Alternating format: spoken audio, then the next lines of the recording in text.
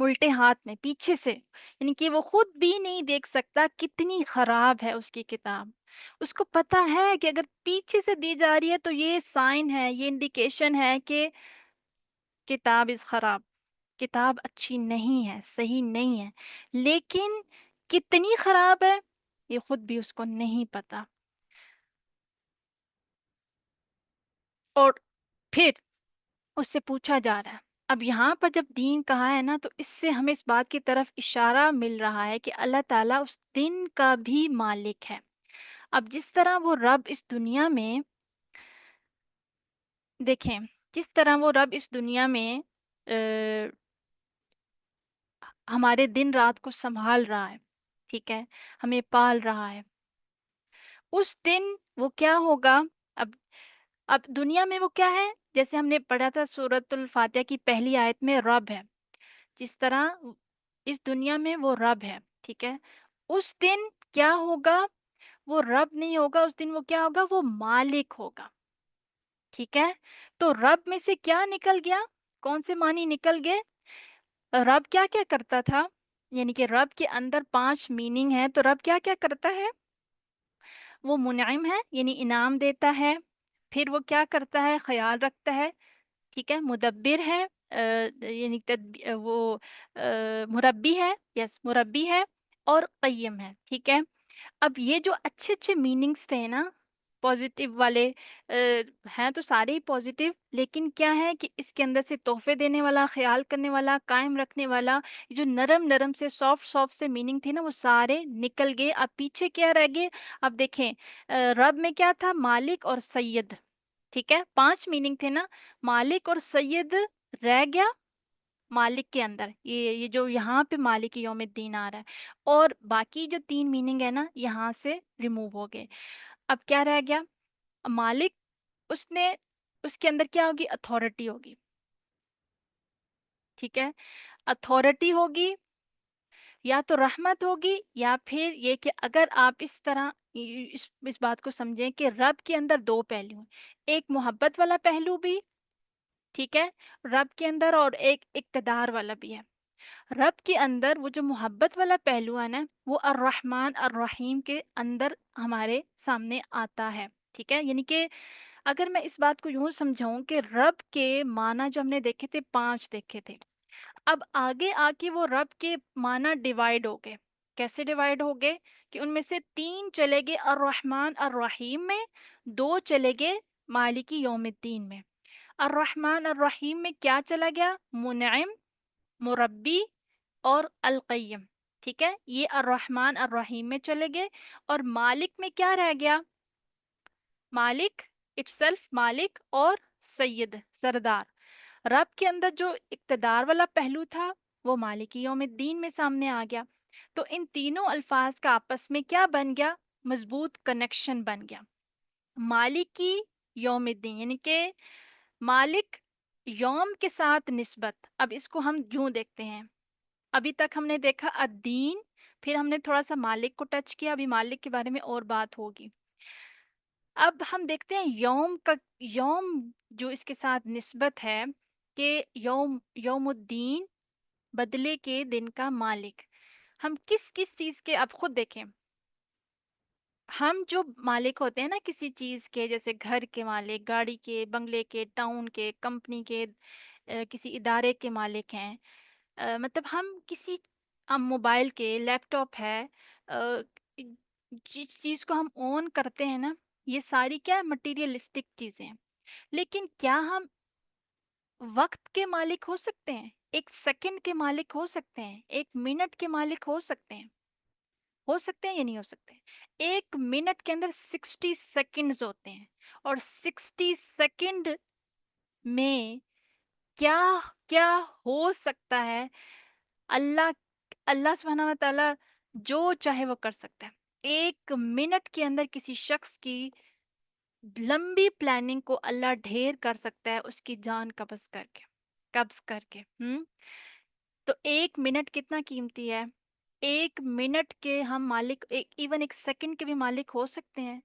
نہیں ہو سکتے۔